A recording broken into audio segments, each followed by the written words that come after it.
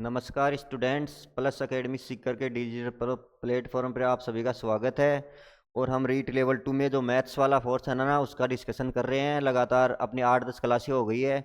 और हमारा पिछला टॉपिक हुआ था इसके अंदर कौन सा, एक तो सर्वसमीकरण समीकरण हुई थी और एक गुणनखंड कैसे करते हैं वो। और आज अपना नेक्स्ट टॉपिक रहने वाला है इसके अंदर समीकरण, जिसको क्या बोलते हैं समीकरण, इक्वेशन। वो क्या होता है कि जो एक चर वाले रैखिक समीकरण होते हैं ना उनका हल कैसे करते हैं, उनमें अक्स का मान कैसे निकालते हैं, ये अपना टॉपिक है रीट के अंदर।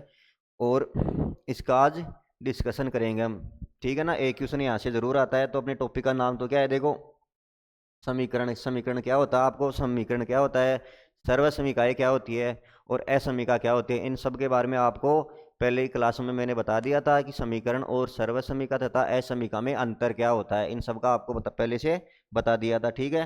तो अपना रीट में जो टॉपिक है ना वो कौन सा है, समीकरण। और समीकरण में भी अपने को कौन सा दे रखा है, अपने को एकदम क्लियर उसमें बता रखा है कि अपने को कौन से समीकरण से क्वेश्चन पूछा जाएगा वहां पर, कि एक चर वाले रैखिक समीकरण की जिनमें चर एक होगा, मतलब कि या तो अक्स होगा या वाई होगा, ऐसे कुछ, मतलब एक ही चर होगा। आपको इस टाइप के क्वेश्चन कम पूछेगा कि आपको ऐसे दे दिया x square plus 2xy plus y square, मतलब इस टाइप का क्वेश्चन। इसमें कितने चर हो गए, देखो इसमें कितने चर हो गए, इसमें तो दो चर हो गए, एक तो अक्स हो गया और एक वाई। अब आपको बताया था ये जो बीजीय व्यंजक होते हैं ना, मतलब एक तरह से क्या है, बीजीय व्यंजक है। तो इसमें आपको तीन चीजें बताई थी मैंने, कि एक तो बीजीय व्यंजक का चर क्या होता है, बीजीय व्यंजक की घात क्या होती है, तथा बीजीय व्यंजक में पदों की संख्या कैसे ज्ञात करते हैं।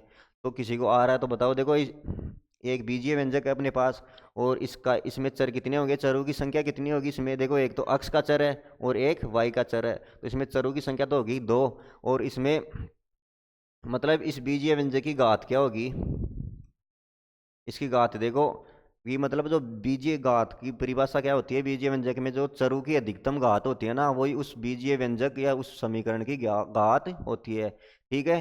तो देखो इसमें क्या दे रखा है अपने को, कि यहाँ तो अक्स स्क्वायर मतलब अक्स की घात दो है, यहाँ वाई की घात दो है, और यहाँ भी एक अक्स की घात है और एक वाई की, तो यहाँ भी दो है। तो इसकी मैक्सिमम घात कितनी है, इसकी मैक्सिमम देखो तीनों में समान है ना, तो मैक्सिमम घात कितनी होगी इसकी, दो हो गई। तो इसकी मतलब इस बीजीय व्यंजक की घात कितनी होगी, अपने पास दो घात का बीजीय व्यंजक है, अर्थात ये द्विघात समीकरण है या द्विघात व्यंजक है, ठीक है ना। अब इसमें पदों की संख्या कैसे ज्ञात करते हैं, देखो कि पहले तो इनको क्या है कि सजातीय फॉर्म में लिखते हैं ना, कि मतलब अक्स स्क्वायर का फॉर्म है तो उसको मतलब जितने भी समीकरण दे रखे हैं उनको अक्स स्क्वायर को एक जगह लिखेंगे, अक्स वाई का पद है उसको एक जगह लिखेंगे, और वाई स्क्वायर का पद है उसको एक जगह लिखेंगे। तो इसमें देखो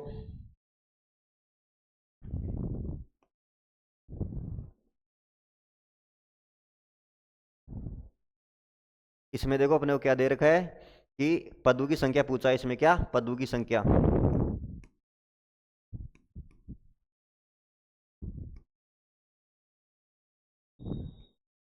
पदों की संख्या क्या होगी इसमें, देखो कितने पदों का बीजीय व्यंजक है। देखो एक पद तो ये हो गया अक्स स्क्वायर का, एक हो गया 2xy का, और एक हो गया अपने पास वाई स्क्वायर का। तो इसमें कितने पद हो गए अपने पास, तीन पदों का। अब देखो इसमें क्या क्या पता चला अपने को, कि ये दो घात का, दो घात का समीकरण है ना। और दूसरा इसमें पद, इसमें चरों की संख्या कितनी है, इसमें दो चर है ना। और इसमें पदों की संख्या कितनी है, कि इसमें तीन पद है, ठीक है ना। ऐसे मतलब ये चीजें आपको पहले बीजीय व्यंजक हमने स्टार्ट किया था ना, उसमें बताया था आपको कि अचर क्या होता है, चर राशि क्या होती है, बीजीय व्यंजक क्या होता है, उसका निर्माण कैसे करते हैं वहां से, क्योंकि एक क्वेश्चन आता है उनका गुणा भाग कैसे करते हैं, सर्वसमीकाएँ क्या होती है, उन सब का डिस्कशन किया था। बहुपद क्या होता है, पोलिनोमियल इक्वेशंस क्या होती है, उन सब का हमने क्या किया था, डिस्कशन किया था, ठीक है। और आज अपना इसी कड़ी के अंदर नेक्स्ट टॉपिक रहने वाला है समीकरण। कौन सा समीकरण, तो समीकरण क्या होगा, देखो समीकरण की परिभाषा क्या होती है, पहले बताया था और आज दोबारा बताता हूँ। इसमें देखो अपने को रीट में ये टॉपिक है, समीकरण एक चर वाले रैखिक समीकरण की। कौन से समीकरण पढ़ने हैं अपने को, एक चर वाले, ठीक है ना। तो इसको आप जीरो से पढ़ेंगे, और जितना भी हम कर सकते हैं अपने एग्जाम के लिए, जितना आप इंपॉर्टेंट है ना उतना पार्ट इसमें हम आसानी से कवर कर लेंगे। इसमें देखो पहले तो वह समीकरण क्या होता है, वह कि चर का वह मान जो समीकरण को क्या करे, संतुष्ट करेगी। मतलब कोई अक्स और वाई दो चर है, उनका वह मान ज्ञात कर, मतलब उनकी कोई वैल्यू होगी जो उस समीकरण को क्या करेगी, संतुष्ट करेगी, ठीक है ना। ये हो गया। तो देखो इसमें पहली, देखो हम समीकरण का हल कैसे ज्ञात करते हैं, समीकरण का हल, सॉल्यूशन ऑफ इक्वेशन, क्या कि कि समीकरण का हल कैसे ज्ञात करेंगे। देखो इसकी डेफिनेशन लिखते हैं पहले। तो डेफिनेशन क्या होगी, चर राशि के वे मान जो समीकरण को संतुष्ट करते हो क्या कहलाते हैं, समीकरण के हल। कि चर राशि के वे मान की मतलब चर राशि के वे मान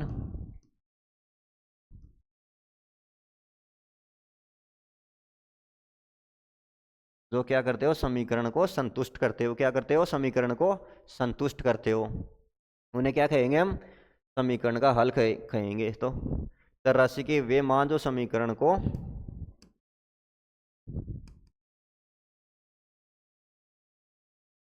संतुष्ट करते हो, समीकरण का क्या कहलाते हैं, हल कहलाते हैं। समीकरण का हल कहलाते हैं।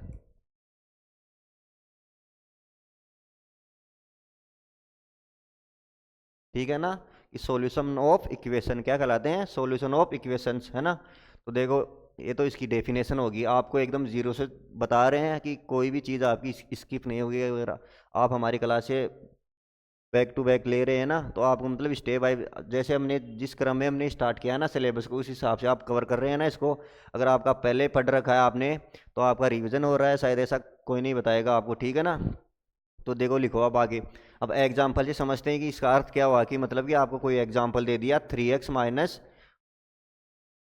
आपको कोई एग्जाम्पल दे दिया कि -3 + 2x, क्या दे दिया आपको, एग्जाम्पल दे दिया आपको कि -3 + 2x इक्वल टू आपको दे दिया 4x + 6 का हल है। अब देखो अपने पास क्या दे रखा है, देखो एक चर वाले रेखिक समीकरण, है ना। तो ये एक चर का ही तो ना, रेखिक समीकरण का मतलब क्या होता है कि उसका ग्राफ एक सरल रेखा बनता है। ठीक है ना। तो देखो इसका हल करना है, मतलब इसको हल करने का मतलब क्या हो गया कि चर राशि का वह मान, की अक्ष का वह मान जो इस समीकरण को क्या करे, संतुष्ट करे, है ना। कि अक्ष का एक मान ज्ञात करना है इसमें। तो इसका सोल्यूशन क्या होगा, देखो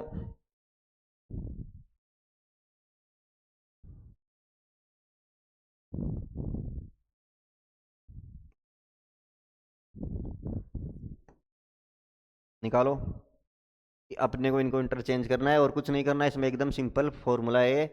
मतलब कि इन अक्ष को एक जगह रखना है, अचर राशि को उधर भेजना है और अक्ष का मान फिर ज्ञात करना है। देखो इधर प्लस का 4 है, तो इस राशि को तो उधर लेकर जाएंगे, तो ये तो हो गया अपने पास 4x - 2x। ठीक है। और ये देखो माइनस का 3 है, इधर क्या है, -3। और इधर अपने को कितना दे रहा है, +6, तो ये इधर आएगा तो किसका हो जाएगा, -6 हो जाएगा। ठीक है। तो अपने इधर तो हो गया 2x और इधर हो गया -9। और अक्ष की वैल्यू देखो यहाँ से कितनी आएगी अपने पास, देखो अक्ष इक्वल टू आ गया अपने पास -9/2। ठीक है ना। ये इस समीकरण का क्या हो गया, हल हो गया। ठीक है ना। नोट कर लो इसको।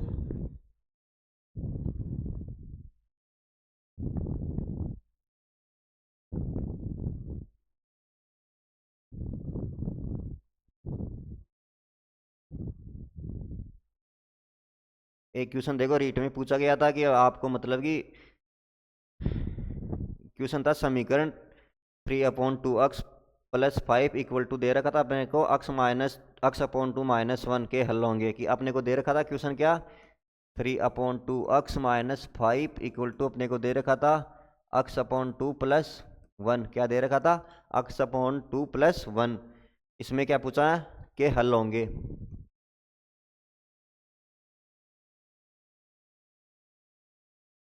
ठीक है ना।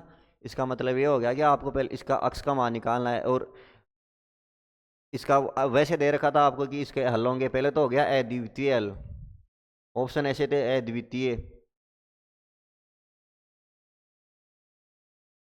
दूसरा हो गया इसके दो हल।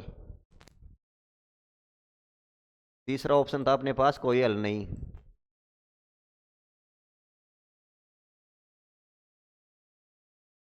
ठीक है ना। ये रीट में पूछा गया क्वेश्चन है।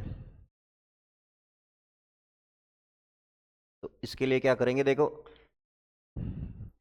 कि कोई एक चर वाला मतलब समीकरण होता है ना अपने पास, कि जिसमें एक चर रो वाला कोई रेखिक समीकरण है, तो उसका क्या होता है, एक अद्वितीय हल होता है। कि उसका एक हल होता है जिसको क्या करेंगे हम, अद्वितीय हल होता है। कि अगर किसी समीकरण का एक हल होता है ना, उसको क्या करेंगे, वो समीकरण कौन सा होना चाहिए, वो एक चर का समीकरण होना चाहिए। तो ये देखो एक ही चर का है ना, इसमें अक्स का ही तो मान है, अक्स स्क्वायर होता तो बात अलग होती, अपने को अक्स दे रखा है तो पहले तो इसको सोल्व करो देखो, फिर आपको नोट में नोट लिखवा दूंगा वो, है ना।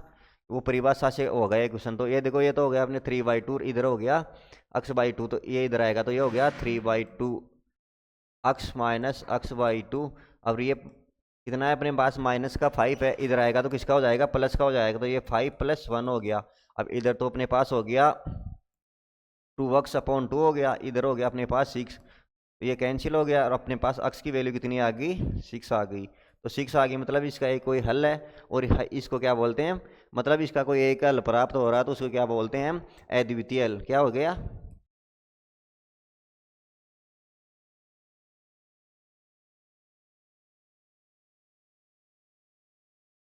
तो इसका आंसर कौन सा होगा, दो हल थोड़े आए अपन, अक्स का एक ही वैल्यू आई, और कोई हल नहीं है, ये भी नहीं होगा क्योंकि अपने को अक्स का मान प्राप्त हो गया ना इसमें, और कैसा मान है, अद्वितीय है, मतलब कि एक मान है, तो इसका आंसर होगा अपने पास अद्वितीय हल है इसका, ठीक है ना। इस टाइप के क्वेश्चन आते हैं थ्योरेटिकल, आप नोट कर लो इसको।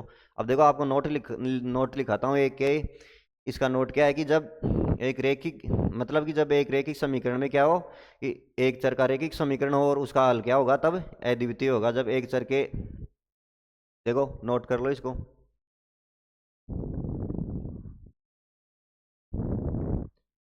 अब देखो एक नोट लिख लो इसमें कि जब अपने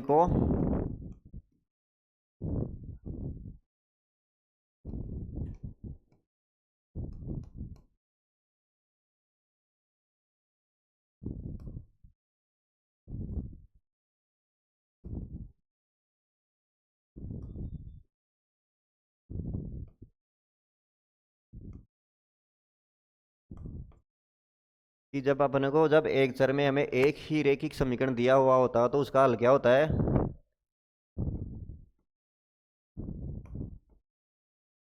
अद्वितीय होता है।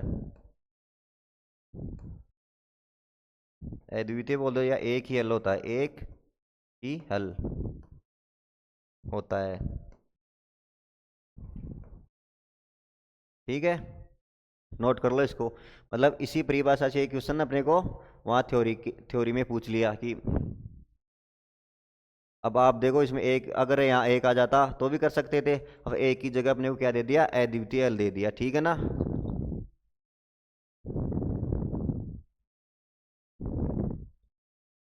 नोट एक तो ये हो गया, दूसरा देखो अपने को क्या दे दे इसमें, if जब दो चरों में, मतलब x और y दो चर है, उनमें एक रेखिक समीकरण दे देना तो उसके कितने हल होंगे, उसके अनंत हल होंगे। देखो एग्जाम्पल से उसको भी समझते हैं। इसका तो मतलब ये नोट लिखाने से पहले एग्जाम्पल लिखा दिया आपको, और वो बाद में लिखाता हूँ। देखो आपको क्या दे रखा हो, जब दो चरों में एक समीकरण दिया हो, देखो नंबर 2 नोट करो इसमें, देखो आप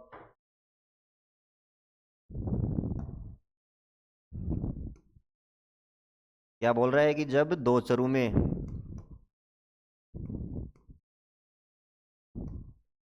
एक रेखी एक समीकरण दिया हो,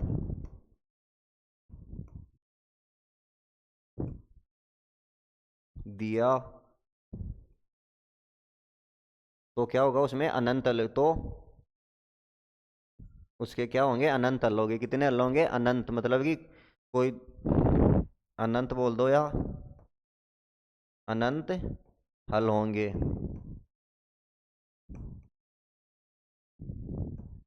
ठीक है ना।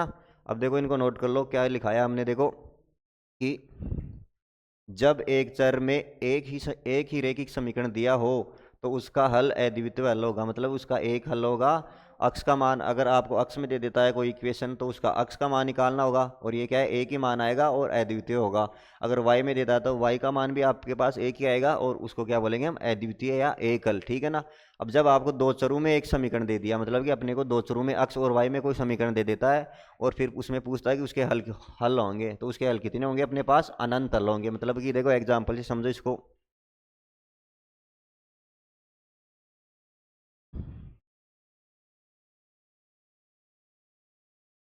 ठीक है ना। अब देखो नेक्स्ट इसमें इसका क्वेश्चन देखते हैं। अपने पास कोई एग्जाम्पल दे दिया कि अक्स 2x minus y equal to 5 के हल होंगे। अपने को क्वेश्चन दे रखा है 2x minus y equal to 5 के हल होंगे। ठीक है ना, ये क्वेश्चन आ गया यार। इसके ऑप्शन दे दिए अपने को क्या, पहला तो दे दिया अपने को अद्वितीय हल,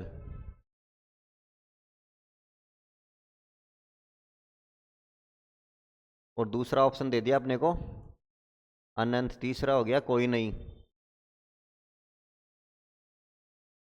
ठीक है, तो इसको कैसे करेंगे, इसको कैसे करेंगे देखो, तो अपना पहले नोट लिखाया था ना हम, उसको देखते हैं कि अपने को नोट में क्या दे रखा है। तब जब दो चरों का एक समीकरण दिया हुआ हो तो उसके हल कितने होंगे, अनंत। तो अपने को देखो नेक्स्ट, इसमें दो चरों का एक चर तो इसमें x है और एक चर अपने पास y है। तो इसका मतलब ये हो गया कि ये दो चरों का समीकरण है, तो इसके हल कितने होंगे, इसके इसके अनंत हल होंगे। कैसे, हल क्या होता है, जो इस समीकरण के मान को संतुष्ट करता हो। ये अपने को इक्वेशन दे रखी है, इसका हल क्या होता है, हल की डेफिनेशन क्या होती है कि मतलब x और y के ऐसे कितने मान हैं जो इस इक्वेशन को क्या करते हो, संतुष्ट करते रहो, उतने हल हो गए। इसमें देखो x बराबर हमने कितना ले लिया, 3 ले लिया, और y का मान हमने 1 ले लिया। देखो x बराबर तो हमने 3 ले लिया और y इक्वल टू हमने ले लिया 1, तो ये इसको संतुष्ट करता है कि देखो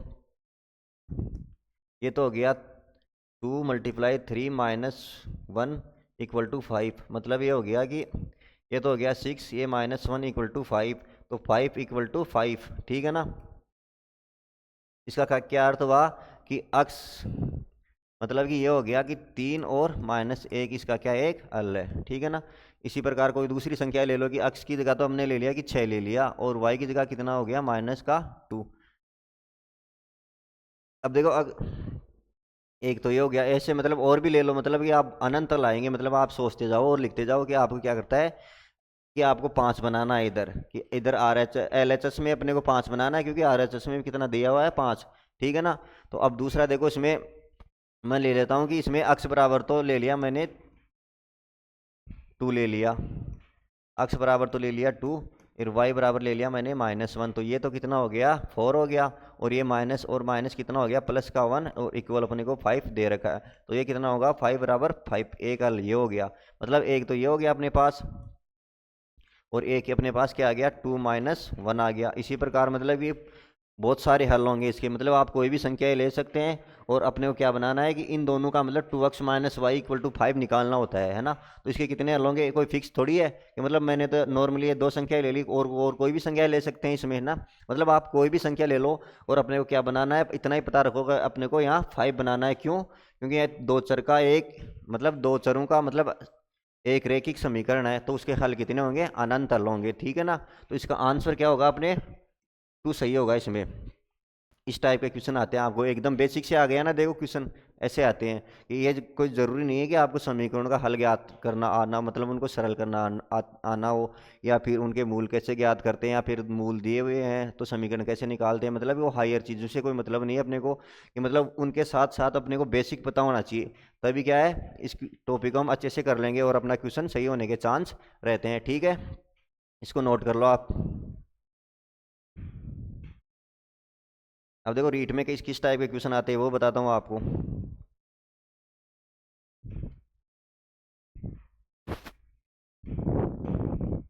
एक क्वेश्चन और देखो, यदि किसी संख्या का दो गुना तथा उसके आधे का योग अपने को कितना दे रखा है, 10 दे रखा है, तो वह संख्या होगी। कि मतलब अपने को क्वेश्चन दे दिया कि किसी संख्या का दो गुना तथा उसका आधा कितना है का योग अपने को दे रखा है कितना, 10 की, मतलब कि किसी संख्या अपने को क्वेश्चन दे रहा है किसी संख्या का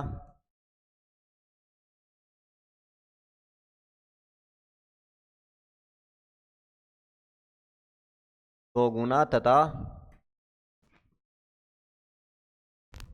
उसके आधे का योग, उसके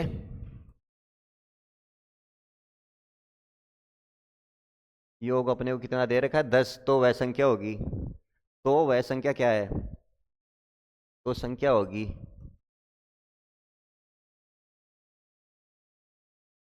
ठीक है, इसको कैसे करेंगे देखो, इसमें एकदम सरल काम है कि अपने को कुछ नहीं करना है इसमें, जिस जिस तरह इस क्वेश्चन की लैंग्वेज है ना उसी प्रकार अपने को हल करना है इसको। देखो, किसी संख्या का दो गुना, मतलब कि हमने कोई संख्या मान मान ली अपने को, क्या 2x मान ली है ना। माना कोई संख्या है अपने पास, माना कोई संख्या है अपने पास 2x है, तो उस संख्या का दो गुना, मतलब इस संख्या है 2x, इसका दो गुना कितना हो गया, इसका दो गुना हो गया अपने,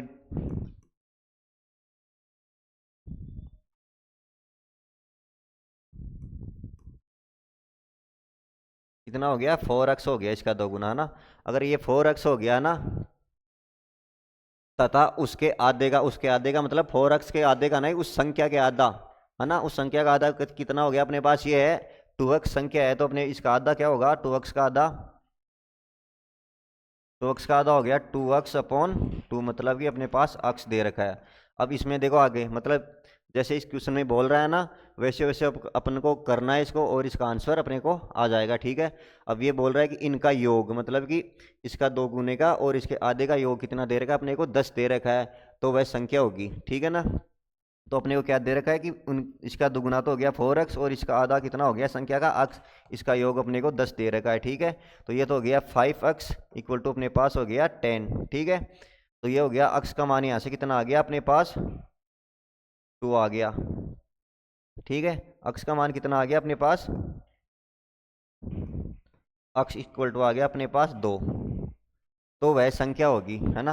अब ऑप्शन में क्या होता है अपने पास, ऐसे भी ऐसा आएगा ऑप्शन में कि पहला ऑप्शन ही आ गया अपने पास 2, दूसरा ऑप्शन आ गया अपने पास 3, तीसरा ऑप्शन आ गया अपने पास 4, और चौथा ऑप्शन आ गया अपने पास 5। ठीक है, अब ये पूछ रहा है, ज़्यादातर बच्चे क्या होंगे कि अपने को अक्स का मान निकालना था, इसमें वो निकाल लिया, पर वो यहाँ भूल जाते कि उन्होंने माना क्या है, उन्होंने 2x माना है कि संख्या कौन सी है अपने पास 2x, और ये क्या है अपने पास अक्स का मान आया है, तो वह संख्या को होगी, मतलब वह संख्या कौन सी है अपने पास 2x है, तो 2x का मान पूछ रहा है इसमें, तो 2x का मान कितना होगा अपने पास 2, और x का मान कितना है 2, तो इसका आंसर क्या होगा अपने पास 4 होगा। कितना होगा इसका आंसर अपने पास 4 होगा, तो इसका आंसर ये सही होगा। इसका जल्दीबाजी में क्या होता है कि एग्जाम का प्रेशर होता है बच्चों पे, तो क्या करते हैं कि x का मान पूछा है अपने, तो x का मान निकाल दिया और जल्दीबाजी में ऑप्शन ए टिक कर देते हैं और वो गलत हो जाता है। ठीक है ना, ऐसे आराम से ऐसे क्वेश्चनों को आराम से करना होता है, एकदम सरल क्वेश्चन आते हैं, गलत होने का कोई चांस ही नहीं इनमें, इसको नोट कर लो।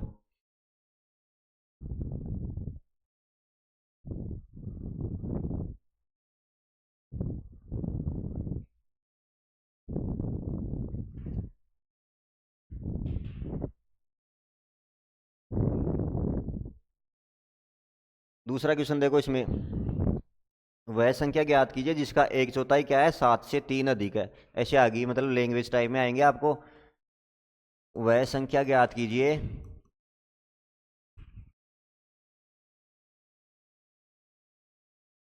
जिसका एक चौथाई क्या, 1/4 भाग क्या है 7 से 3 अधिक है, 7 से 3 अधिक है, अधिक है, तो वह संख्या क्या होगी, ये पूछा आपको। कैसे करेंगे कि वह संख्या ज्ञात कीजिए जिसका 1/4 की, इस संख्या का है ना 1/4 क्या है 7 से 3 अधिक है, तो इस क्वेश्चन में जैसे पूछ रखा है वैसे वैसे करते जाएंगे। इसमें देखो, मतलब माना वह संख्या, अपने संख्या मान ली हमने, देखो अक्स मान लिया, क्या मान लिया अक्स, तो अक्स का क्या दे रखा है कि अक्स का 1/4, मतलब कि अक्स का 1/4 अपने को क्या दे रखा है 7 से कितना दे रखा है 3 अधिक, मतलब 7 से 3 अधिक का मतलब हो गया +3। ठीक है ना, तो अपने को क्या पूछा है इसमें, अक्स का मान पूछा है, तो वह संख्या संख्या कौन सी मानी थी हमने अक्स, तो अक्स का मान क्या होगा देखो। अब ये तो हो गया, देखो अक्स/4 इक्वल टू हो गया अपने पास 10, अक्स की वैल्यू अपने पास कितनी आएगी, ये 4 इधर मल्टीप्लाई होगा, तो इसका आंसर आ गया 40। ठीक है ना, इस टाइप के सरल क्वेश्चन। ठीक है ना, नोट कर लो इसको।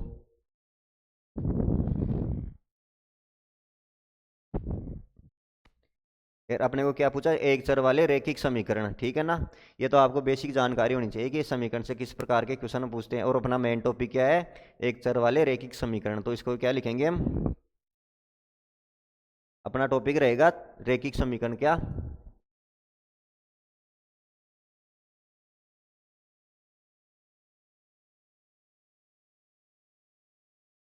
लीनियर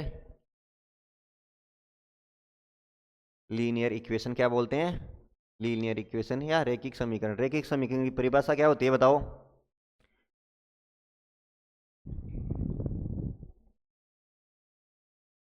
कि वह समीकरण जिसकी अधिकतम, जिसमें चर राशि होती है ना, उसकी अधिकतम घात क्या हो? एक हो।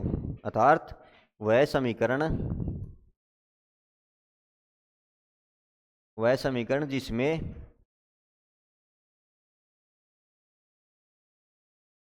चर की घात अधिकतम मैक्सिमम कितनी होनी चाहिए? इसमें एक हो। वो क्या कहलाता है अपने पास? रैखिक समीकरण कहलाता है।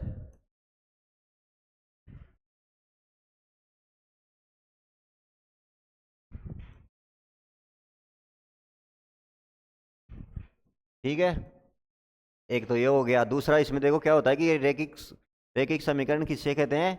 जिसका ग्राफ क्या हो, मतलब दो 2D होती है ना अपनी, उसमें ग्राफ उसका क्या होता है? एक सरल रेखा होता है। अर्थात रैखिक समीकरण वह होता है जिसमें उसका ग्राफ क्या होता है अपने पास? सरल रेखा में हो। अर्थात ग्राफ कैसा होना चाहिए उसका? सरल रेखा में हो। रैखिक समीकरण का देखो, रैखिक समीकरण का ग्राफ क्या होगा?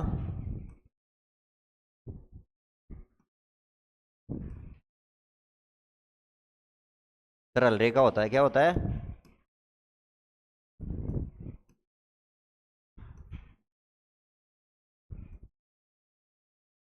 अब देखो ये कैसे करेंगे? देखो सरल रेखा का मतलब क्या हुआ?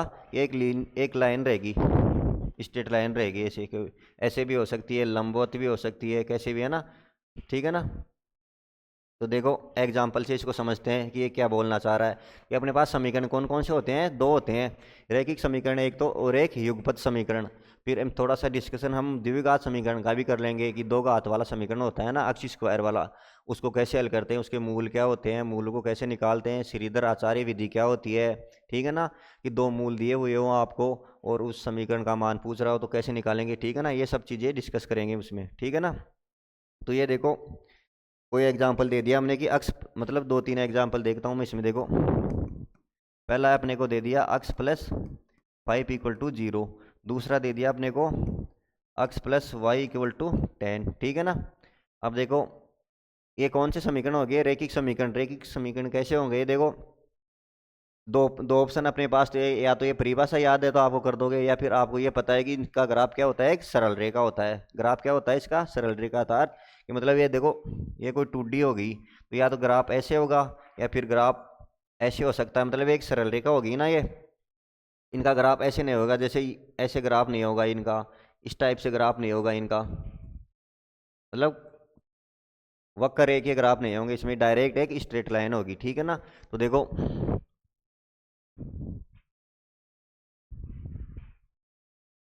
ग्राफ से देखो इसमें अक्स प्लस 5 का क्या हो गया अपने पास? क्या दे रखा है? x +5 = 0। तो इसका ग्राफ कैसे होगा बताओ?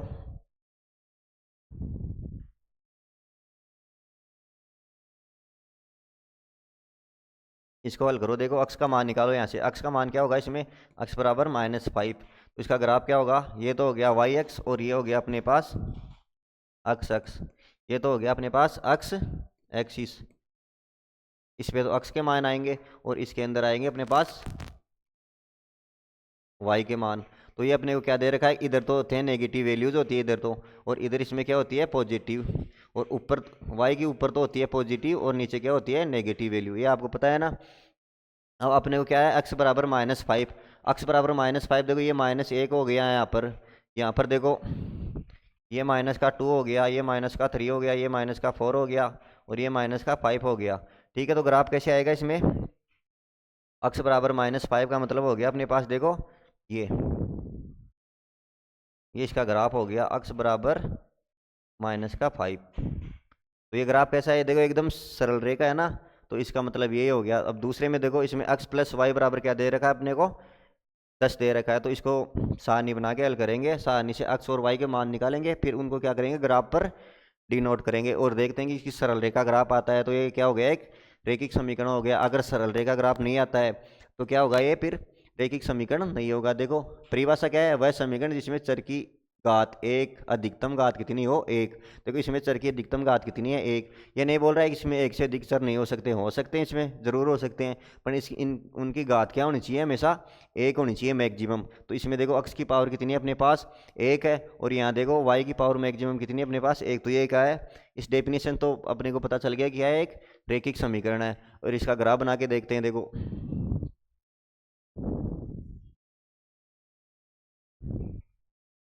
यहीं बना देता हूँ इसी पीपीटी पे, ठीक है ना। तो ये देखो, पहले तो क्या करेंगे, x और y का मान निकालेंगे ताकि हमारे को आइडिया हो कि ग्राफ किस टाइप का बनेगा, ठीक है ना। ये तो हो गया x और ये हो गया y, है ना, ठीक है। अब यहाँ से देखो y बराबर क्या लिख सकते हैं, y बराबर हो गया अपने 10 माइनस x, ये लिख सकते हैं, ठीक है ना। अब देखो x बराबर मैं एक रखता हूँ तो y का मान कितना आएगा अपने पास, 9 आ जाएगा। इसी प्रकार देखो मैं x बराबर 0 रखता हूँ, x बराबर मैं रख रहा हूँ क्या 0, तो y का मान कितना आ जाएगा अपने पास 10 आ जाएगा। अगर मैं x बराबर 10 रख रहा हूँ तो y का मान अपने पास क्या आ जाएगा 0 आ जाएगा, ठीक है ना। अब देखो यहाँ से क्या पता चल रहा है अपने को, देखो ग्राफ बनाओ।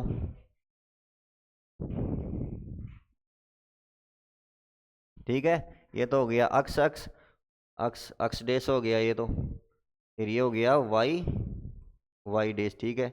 अब देखो इसमें अक्स बराबर 0 रखो, मतलब अक्स बराबर 0 ये हो गया, पर वाई का मान कितना है अपने पास, अक्स बराबर 0 और वाई का मान कितना है 10 हो गया। तो ये यहाँ मान लो हमने, ये तो हो गया 0 10 पॉइंट हो गया, ये 0 लाइन है ना, ये 5 होती, अगर यहाँ एक होता, 1 10 होता तो यहाँ खींचते हैं ना, और अपने को क्या दे रखा है 0 10, तो ये तो हो गया 0 10 से मतलब अक्स का मान 0 रखेंगे तो वाई का मान क्या आएगा अपने पास 10 आएगा।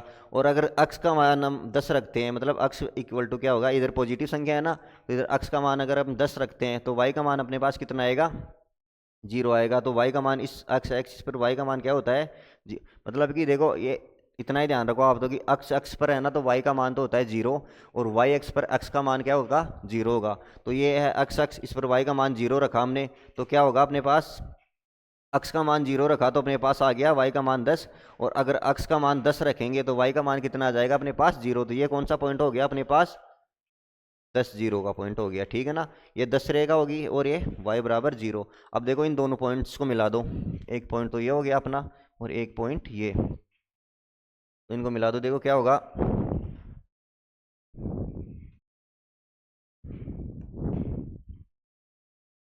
इस पॉइंट को और इस पॉइंट को मिला रहा हूं मैं, ठीक है। तो ये क्या होगी एक प्रकार से, ये क्या होगी देखो, एक सरल रेखा है, तो है कौन सी रेखा है,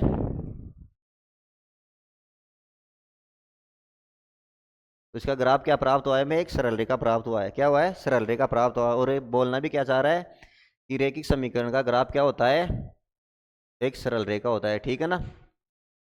ये हो गया। अब देखो, अब नेक्स्ट देखेंगे इसमें क्वेश्चन किस प्रकार से आते हैं, हो गया ना ये, नोट कर लो पहले इसको आप।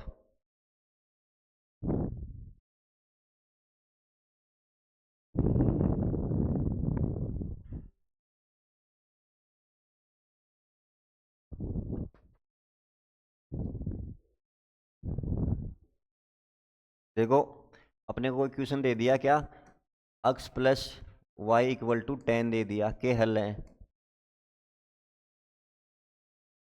बताओ कैसे करेंगे इस क्वेश्चन को। इसके अलावा आपको एक दे दिया, दो दे दिया, अनंत दे दिया, 5 दे दिया, कौन सा होगा बताओ।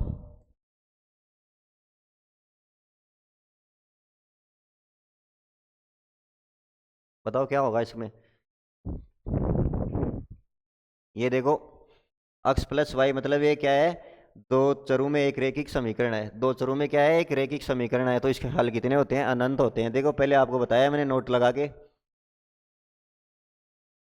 ये देखो यहाँ से क्या लिखा रखा है हमने, दो चरों में एक रैखिक समीकरण दिया हो तो उसके हल कितने होंगे अनंत होंगे। फिर अपने को इसमें क्या दे रखा है देखो, सॉल्यूशन देखो इसका क्या दे रखा है अपने को, x और y के मान दे रखे हैं, ठीक है ना।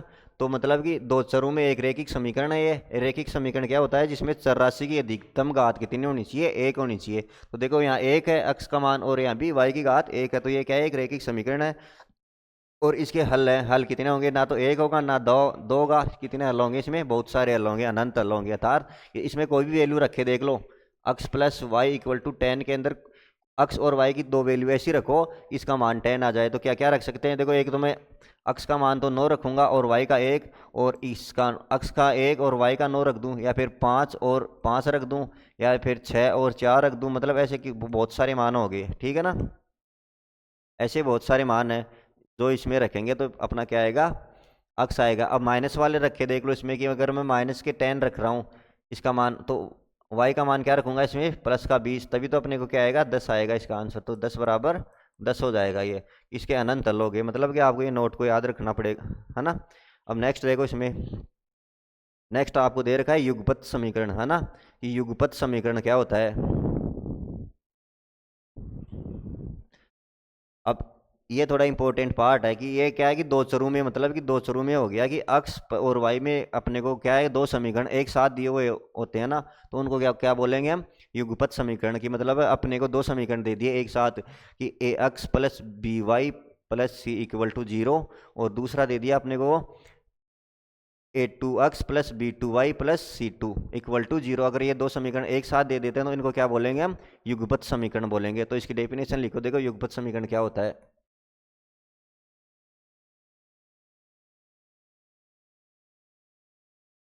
युगपत समीकरण किसे बोलेंगे कि दो चरों में अगर दो समीकरण एक साथ दे दिए जाते हैं तो उसको क्या बोलेंगे हम, युगपत समीकरण बोलेंगे, है ना। आवाज आ रही है ना सबके पास, कि दो चरों में क्या,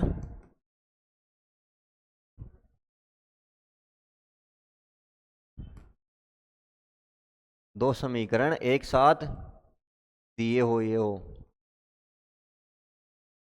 तो उसको क्या बोलेंगे हम, युगपत समीकरण बोलेंगे। इतना ध्यान रखना। अपने को दो समीकरण दे दिया, देखो पहला दे दिया a x plus a one x plus b one x plus b one y, sorry दोबारा लिखता हूं मैं, देखो अपने को दे दिया a one x plus b one y plus c one equal to क्या दे दिया अपने को 0, एक समीकरण तो ये दे दिया, ठीक है। और दूसरा समीकरण दे दिया अपने को a two x plus b two y plus c two equal to 0। तो इनको क्या लिखेंगे, युगपत समीकरण बोलेंगे। इनको कौन सा समीकरण बोलेंगे, युगपत।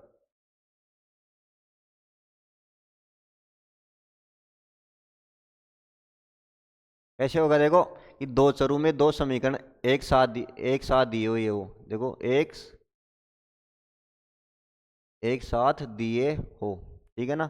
अब देखो दो चर है इसमें, एक तो अक्ष का चर है और एक वाई का चर है, और उसमें क्या है दो समीकरण एक साथ दे रखे हैं, तो इनको सम्मिलित रूप से क्या बोलेंगे, युगपत समीकरण। अब देखो आपको इसमें 3-4 कंडीशन है, उनसे आपको क्वेश्चन पूछता है कि मतलब कि आपको दो समीकरण दे दिए और उसमें पूछता है कि इसके अनंत हल होंगे तो के का मान क्या होगा, ऐसे कुछ ही पूछ सकता है आपको, उनको आगे लिखेंगे हम। देखो और a1 b1 c1 a2 b2 c2 ये क्या है, ये मतलब ये तो हो गया चर राशि के गुणांक होंगे a1 a2, और ये क्या है c और c2 क्या है, c1 और c2 क्या है, अचर, ठीक है, जिसको क्या बोलेंगे अचर। मतलब इसमें किस टाइप के क्वेश्चन आएंगे वो बताता हूँ, आगे क्वेश्चन करेंगे ना तो आपको पता चलेगा। मतलब यहाँ तक नोट कर लो। अब देखो इन समीकरणों का हल कैसे ज्ञात करेंगे, उसके प्रतिबंध दे रखे हैं अपने को कुछ, है ना, उनको डिस्कशन करते हैं। फिर हम अपना जो रीट में आया एग्जाम, रीट एग्जाम में जो क्वेश्चन पूछे थे ना पहले समीकरण से इतना पढ़ा दिया, इतने में से किस टाइप के क्वेश्चन आते हैं वो करेंगे, देखो, है ना। अब देखो इनमें हल का प्रतिबंध क्या है कि पहला प्रतिबंध देखो क्या है इसमें कि a1/a2 का मान नॉट इक्वल टू b1/b2 है, तो इसका मतलब हो गया कि इसका हल होगा अद्वितीय हल होगा। अद्वितीय हल क्या होता है, उसका एक हल होना चाहिए, ठीक है ना। इस स्थिति में ग्राफ ग्राफ से भी देखेंगे। इसमें देखो पहला अपने को क्या दे रखा है, इसमें प्रतिबंध, हल होंगे प्रतिबंध,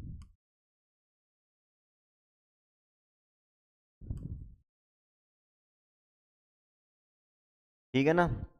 क्या दे रखा है अपने को कि a1/a2, क्या दे रखा है, a1/a2 is not equal to b1/b2, तो क्या होगा, इसका एक अद्वितीय हल होगा।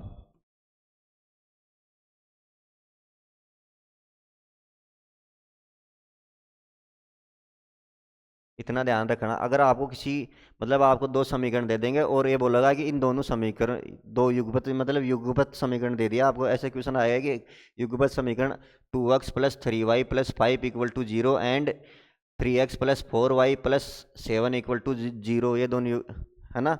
इन दोनों के मूल क्या है, नहीं इन दोनों के क्या है कि जो है ना a1/a2 b1/b2 नोट अद्वितीय हल हैं। तो मतलब किसका ही मान पूछ लेगा इसमें, मतलब कि a का मान क्या होगा, b का, या फिर कोई k संख्या दे देगा उसमें उसका मान पूछ लेगा, ठीक है ना। इसको नोट करो। अब देखो इसको ग्राफ में कैसे लिखेंगे, इसका मतलब ये हो गया कि इस स्थिति में रेखाओं का ग्राफ क्या होता है, आपस में प्रतिच्छेद करता है ना। ग्राफ क्या होगा इसमें,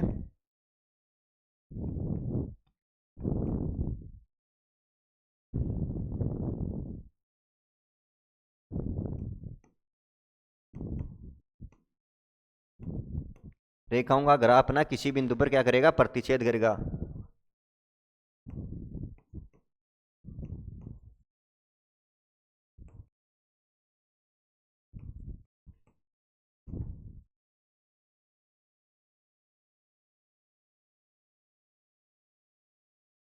ठीक है ना, कि रेखाओं का ग्राफ क्या है, किसी बिंदु पर प्रतिच्छेद करेगा, मतलब एक रेखा ये होगी और एक रेखा ये, मतलब यहाँ इनका ग्राफ क्या होगा, प्रतिच्छेद करेगा किसी बिंदु। ये कौन सा बिंदु हो जाएगा इसका, प्रतिच्छेद बिंदु,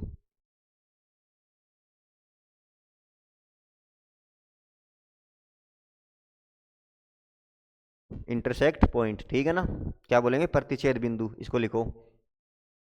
मतलब इन प्रतिबंधों से आएगा, पहला प्रतिबंध हो गया अपने पास ये, ठीक है ना। दूसरा देखो इसमें, दूसरा अपने को क्या दे रखा होगा कि a1, मतलब ये a1/a2 बराबर b1/b2 बराबर c1/c2 दे रखा है। तो उसके हल कितने होंगे वो पूछेगा इसमें, ठीक है ना। तो देखो नेक्स्ट प्रतिबंध अपने पास क्या होगा दूसरा, कि a1/a2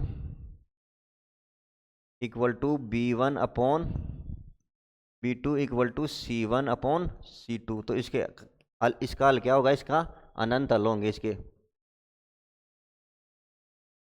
ठीक है ना। कि मतलब इसके अनंत हल होंगे, ठीक है, ये याद याद रखना है। अगर इसके अनंत हल होते हैं तो इसका ग्राफ कैसा बनेगा,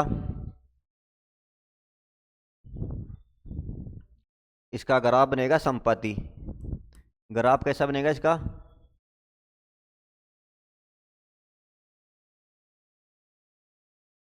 संपत्ति क्या होता है देखो, संपाती रेखा है, आपको जियोमेट्री में पढ़ी होगी, हमारे आपको रेखा, एंगल और रेखाओं के बारे में बताया था, तब आप सर ने बताया होगा आपको कि संपाती रेखा क्या होती है। कि मतलब ये कोई रेखा है तो इसके ऊपर ऐसे डायरेक्ट सेम ही, मतलब ये कोई रेखा है तो इसके ऊपर संपाती, मतलब इसके ऊपर ओवरलैप करने वाली रेखा, कौन सी रेखा, इसके ऊपर ओवरलैप करेगी, इसके ऊपर ओवरलैप वाली रेखा खींच देता हूँ मैं, देखो रेड कलर से, कि मतलब ये,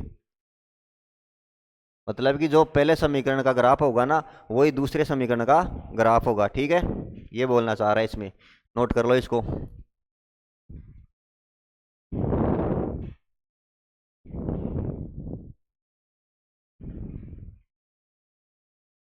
हलों की संख्या मतलब अनंत हल है, तो अपने को ये कंडीशन लगानी होगी। क्वेश्चन में देखेंगे कि ये कंडीशन किस प्रकार से हम अप्लाई करते हैं ना। और अपनी नेक्स्ट कंडीशन देखो, इसमें क्या है, असंगत निकाय बोल दो या फिर कोई हल नहीं है क्या। तीसरी कंडीशन है अपने पास कि कोई आपको दे रखा है, क्या दे रखा है अपने को, कि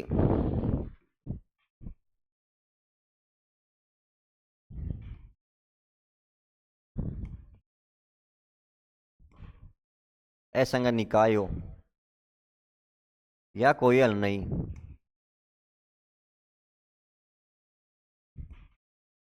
इसको कैसे लिखेंगे देखो, अपना वो समीकरण है ना, उससे में कैसे लिखेंगे, a1/a2 इक्वल टू होना चाहिए b1/b2 is not equal to क्या होना चाहिए अपने पास, c1/c2। क्या होना चाहिए इसमें देखो, a1/a2 इक्वल टू होना चाहिए b1/b2 इक्वल अपने नॉट इक्वल टू क्या होना चाहिए, c1/c2। मतलब अपने पास क्या है कि अक्स और वाई, मतलब अक्स और वाई के दोनों समीकरणों में मान समान होंगे, और इसकी कोई ज़रूरत नहीं, अचर राशि कोई भी हो सकती है, अलग भी हो सकती है, ठीक है ना। तब ये क्या होगा, असंगत निकाय की। इस स्थिति में क्या है कि हम अक्स, दो समीकरण अपने पास होंगे ना, उनका हम हल ज्ञात नहीं कर सकते। और इसका ग्राफ क्या होगा देखो,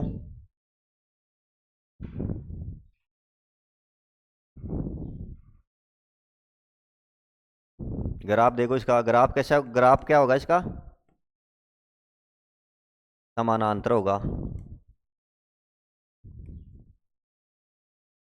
मतलब कि अपने को दे दिया कोई अक्स प्लस, देखो इसको समझाता हूँ, एक एक ग्राफ बता देता हूँ आपको कि ग्राफ को कैसे लिखेंगे। अपने को दे दिया अपने पास कोई समीकरण दे दिया, देखो हमारे को क्या कि x plus y equal to तो 5 दे दिया है ना, और 2x plus 2y equal to अपने को क्या दे दिया, 15 दे दिया, ठीक है ना। तो देखो ये लगाएंगे, ये कंडीशन यहाँ लगाते हैं। तो देखो अब ये पूछ रहा है कि हल इसके हल होंगे, हल हैं, इसके हल हैं तो कैसे निकालेंगे। देखो पहली कंडीशन क्या है अपने पास कि a1/a2 करना है अपने को। a1 का तो मान अपने को क्या यहाँ क्या दे रखा है, अक्ष का गुणांक 1 है, और a2 का मान अपने को 2 इक्वल टू अपने को क्या दे रखा है, y का गुणांक 1 मतलब b1/b2। b2 कितना अपने पास 2, और c1/c2। c1 का मान कितना दे रखा अपने को 5, और ये 15। तो ये तो काट के 1/3 हो गया है ना। अब देखो ये कंडीशन क्या हो रही है अपने पास कि a1 और a2 तो बराबर है, मतलब 1/2 1/2, और नॉट इक्वल टू क्या है, इसका मान 1/3 है, तो नॉट इक्वल टू सी हो गया। तो इससे क्या मतलब ऑप्शन में आएंगे तो इसका हल है, तो इसमें आ गया मतलब ऑप्शन ए आ गया अपने पास अनंत हल है, दूसरा आ गया इसमें अद्वितीय, और तीसरा आ गया अपने पास असंगति निकाय, या कोई हल नहीं। तो क्या हो गया है देखो इसमें कि अब इस कंडीशन से देखो अपने पास कौन सी कंडीशन बन रही है, ये देखो a1/a2 बराबर b1/b2, मतलब a1/a2 b1/b2 बराबर दे रखा है, इज नॉट इक्वल टू दे रखा है अपने को c1/c2। तो इसका आंसर क्या होगा, इसका आंसर होगा असंगत निकाय या कोई हल नहीं है, इस टाइप से। अब इसका ग्राफ देख रहे हैं, देखो ना यहाँ बता देता हूँ इसका ग्राफ, इसी का खींचते हैं। x प्लस वाई का ग्राफ क्या होगा, देखो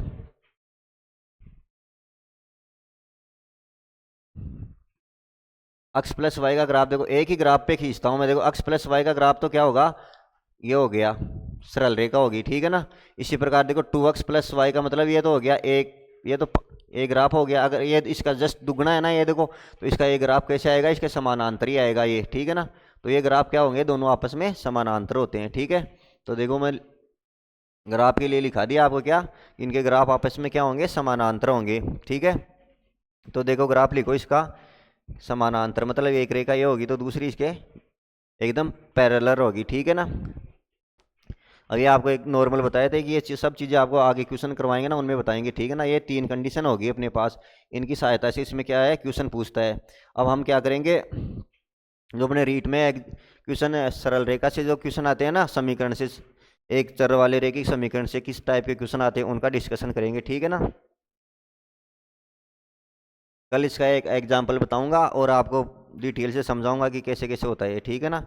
अब देखो हम पहले के एग्जाम में आए हुए क्वेश्चंस का डिस्कशन करने जा रहे हैं कि अपने को कोई रीट 2022 का क्वेश्चन ही देखते हैं। देखो रीट 2022 में कैसा क्वेश्चन पूछा गया था,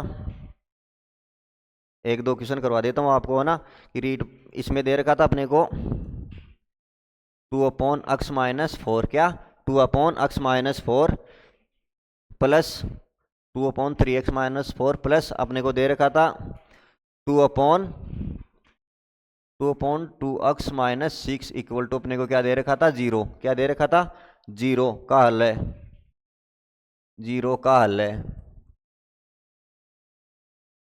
हल है ऐसे पूछेगा। हल है तो मतलब इसमें तो आप इसका या में अक्ष का मान है, ऐसे लिख लो इसको, में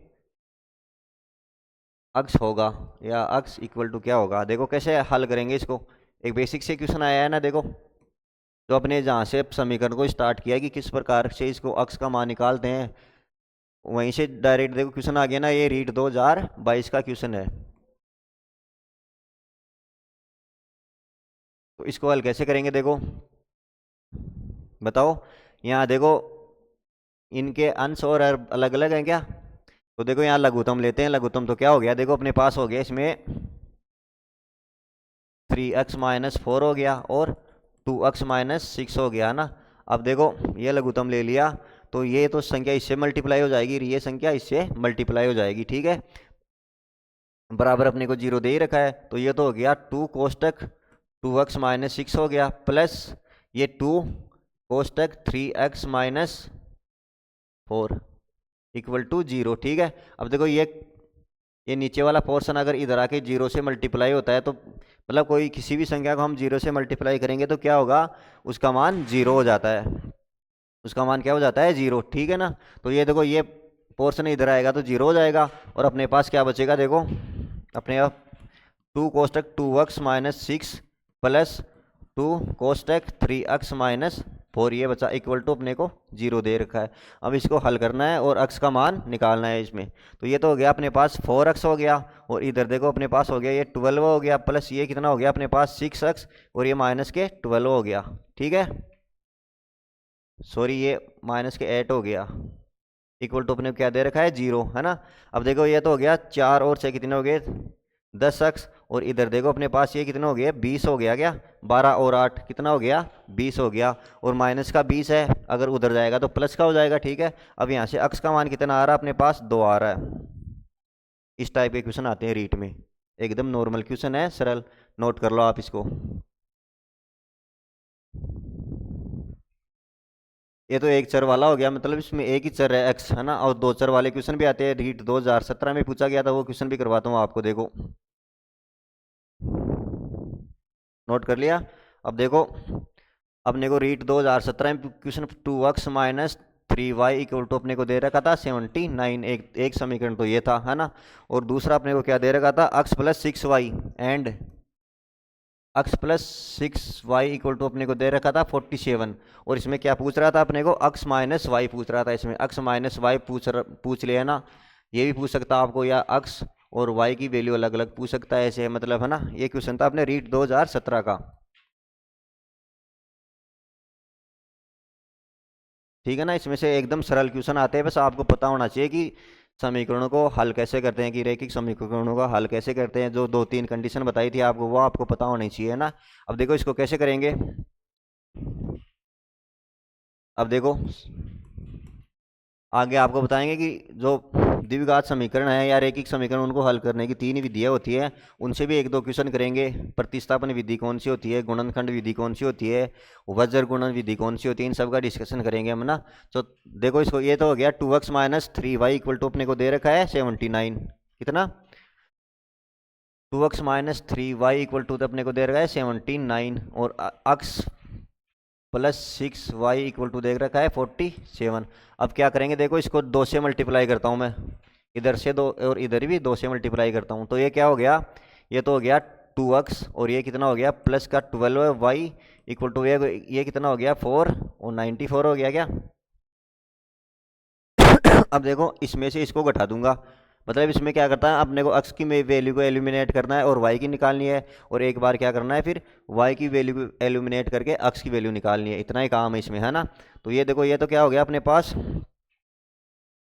चिन्ह चेंज कर दो इसका, ये माइनस का, ये माइनस का और ये माइनस का। ठीक है, अब देखो 2 से तो 2 कट रहा है ना इसमें, ठीक है। और देखो नीचे फिर क्या बचा अपने पास, ये तो कितना हो गया माइनस के 3y तो यहाँ पर है और माइनस के 12y यहाँ पर, तो ये तो हो गया माइनस का 15y और इधर देखो 79 है, यहाँ कितना है 79 में से 94 घटाएंगे तो कितना बचेगा, माइनस का मतलब कि ऊपर तो प्लस का 79 है और नीचे माइनस के 94 है, तो इनको घटाएंगे तो क्या बचेगा अपने पास, देखो माइनस का 15 बच रहा है कि ज़्यादा,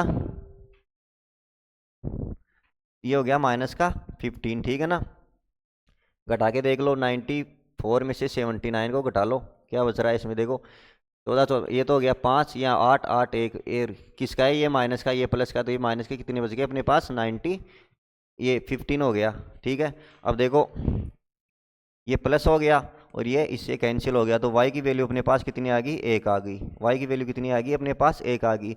अगर y की वैल्यू है ना अपने पास इक्वेशन 1, ये तो होगी इक्वेशन 1 और ये होगी अपने पास इक्वेशन 2, इनमें से किसी में भी एक में रख लो और x का मान निकाल लो। तो हम क्या करते हैं कि इक्वेशन 2 में क्या करते हैं, इक्वेशन 2 में y इक्वल टू 1 पुट करते हैं। ठीक है, तो क्या होगा देखो इक्वेशन 2 क्या अपने पास x प्लस 6 y का मान कितना पुट करना है अपने को 1 इक्वल टू अपने पास दे रखा है 47। ठीक है, अब देखो x प्लस 6 इक्वल टू अपने को दे रखा है 47, फिर अक्स इक्वल टू क्या हो गया 47 माइनस 6, है ना। तो अक्स का मान देखो यहाँ से कितना आ गया, अक्स इक्वल टू अपने पास आ गया 41, ठीक है। और इसमें पूछा क्या है अपने को, देखो इसमें पूछा है अक्स का मान तो कितना आ गया अपने पास 41 आ गया, और वाई का अपने पास 1 आ गया, और दूसरा क्या पूछा है इसमें अक्स माइनस वाई, इन दोनों का अंतर की अक्स का मान तो अपने पास 41 है और वाई का मान क्या है अपने पास 1, तो इसका आंसर क्या आएगा 40। ये क्वेश्चन आया था अपने रीट 2017 में, इसका आंसर की इनका अंतर पूछा था, यहाँ तक पूछा था, ये तो मैंने एक्स्ट्रा बता दिया, इसमें कर सकते हैं, है ना। तो इसका आंसर क्या होगा अपने पास 42। आज देखो हमने युगपत समीकरण तक देख लिया है, उनकी जो उनको हल करने की जो कंडीशन थी 3, उनके बारे में डिस्कशन किया है। कल उन कंडीशंस को शामिल करते हुए क्या करेंगे, हम क्वेश्चन करेंगे। और आज देखो ये रीट में किस टाइप के जितना आज पढ़ाया गया है ना, उसमें से किस टाइप के क्वेश्चन आते हैं वो आपको करवा दिए हैं, और 1-2 क्वेश्चन आपको नेक्स्ट क्लास में करवाएंगे। तब तक के लिए धन्यवाद। अगर आपको हमारा सेशन पसंद आ रहा है तो हमारे प्लस अकेडमी सीखकर के नाम से यूट्यूब चैनल है, उसके नीचे कमेंट बॉक्स में जाओगे ना तो हमारे टेलीग्राम चैनल का आपको क्या है एक्सेस दे रखा है वहाँ पूरा, तो वहाँ से आप टेलीग्राम चैनल को ज्वाइन करो, और वहाँ अपने को जो डेली यहाँ पढ़ते हैं ना वो पूरा मटेरियल आपको PDF फॉर्मेट में वहाँ मिल जाएगा, ठीक है ना। तो टेलीग्राम चैनल को ज़रूर आप ज्वाइन करो, ठीक है।